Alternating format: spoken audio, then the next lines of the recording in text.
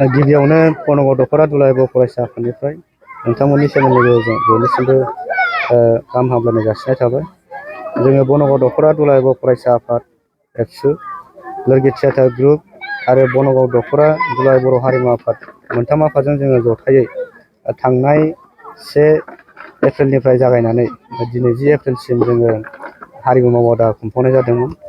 जोङो बनगाव दख'रा एबसु हिसाबै बोसोरफ्रोमबो जों बेबायदि हारिमु मावबादाखौ जों खुंबोबाय थानाय जादों।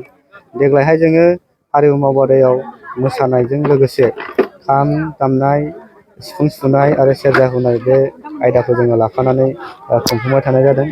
जोङो बनगाव दख'रा एबसु हिसाबै जोङो हारिमु मावबादा खुंफुंनायनि गेजेरजों गोबांथार सोलोंसाफोरखौ जोङो गोबां गुबुन गुबुन जायगायाव मोसाहैनाय जोङो बेखौ नुनो मोनदों। गुबुन गुबुन जायगायाव थांनानै मोसाहैखांनायनि उनाव बिथांमोना सार्टिफिकेट लाखांनानै बिथाङा जोंनि ओनसोलाव गोबांथार बेबायदिनो सोलोंसाफोरखौ लानानै फोरोंफैनाय बेबायदि जोङो गोबांथार जोंनि हारिमु मावबादानि गेजेरजोंनो जोङो मोनबाय थानाय जादों। आरो देग्लायहाय जोङो मोनसे खाफाल गोनां होननानै जोङो सानना लानांगोन।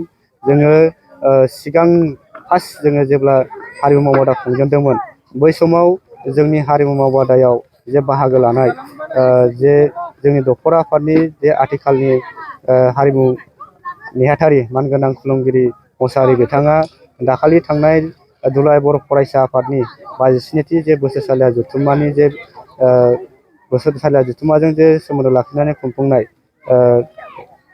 जांख्रिथायारि देंखोगिरि दैखां खुंगुर बसुमतारिनि जे देंखोमु सेनेथाम बादायलायनायाव जोंनि बनगाव दख'रा एबसुनि जे हारिमु नेहाथारि बिथाङा क'क्राझार जिल्ला एबसुनि जानानै बाहागो लानानै बिथाङा नैथि मासियाव देरहासार जानानै बान्थाखौ मोननो हादों। बियो जोंनि दख'रा आफादनि थाखाय जोबोद गोग्गाथाव आरो जोंनि क'क्राझार जिल्ला एबसुनि जानानैबो बिथाङा जोबोद मोनसे मोजां खौरांखौ जोंनो लाबोना होदों। जोंनि थाखाय बियो मोनसे गोग्गाथाव हिसाबै जोंनि दख'रा आफादनिफ्राय बेनो गिबि खेब जे मेथाइ खननाय बादायलायनायाव बाहागो लानानै देरहासार जानो हानाय, बियो जोंनि थाखाय खाफाल गोनां होननानै जोङो सानदों।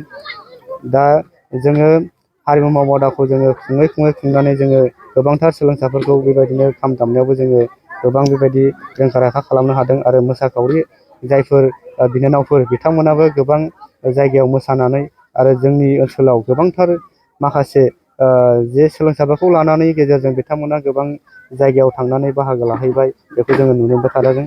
आरो देग्लायहाय जोंनि बनगाव दख'रा एबसुआ गिबि खेबनि थाखाय दख'रा आफादनि सिङाव थानाय खाग्राबारि दैहुं स्पर्टस क्लाबनि जे गेलेग्रा फोथाराव एप्रिल दाननि 20 अक्ट' बैसागनि 6 अक्ट'आव जोङो गिबि खेबनि थाखाय रंजालि बैसागु फोरबो खुंफुंनो थाखाय थामथिम खालामनाय जादों।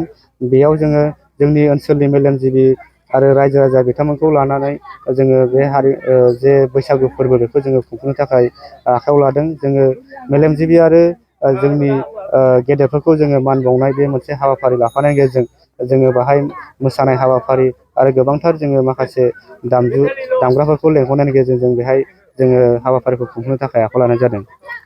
जागायजेननायाव साबेसे बाहागो लादों? गिबिथाराव जोंनि जे हारिमु मावबादा बेहाय स्टार्टिङाव जेब्ला जोङो मावबादाखौ खुंदोंमोन बाहाय गासै 80 सुबुंफोरा बाहागो लादोंमोन। बेनि उनाव बिथांमोना फैयै फैनानै एसे खमायबोदों, मानोना बोथोराबो बारा खाब जायाखै। ओनसोल हिसाबै गोबांथार न'खरानो गोबां खामानि दामानिजों मुखुब जानानै थायो। बिमा बिफाफोरा खामानि दामानि मावसोमो। बे हिसाबै जोंनि फंबाय बिनानावफोरा बाहागो लानो गोसोबाबो माखासे सोलोंसाफोरा बाहागो लाफैनो हायाखै आरो फारसेथिंजाय फरायसालि खुलिनायखाय फरायसालियाव थांनानै बिथांमोना टाइम मथे सफैनो हायियाव बेहाय सोलोंसाफोरा एसे खम जादों। बे हिसाबै जोङो उननि समाव बेनिफ्राय साबसिनै जोङो खुंफुंलांनो हागोन बेखौ आसा खालामनाय थादों।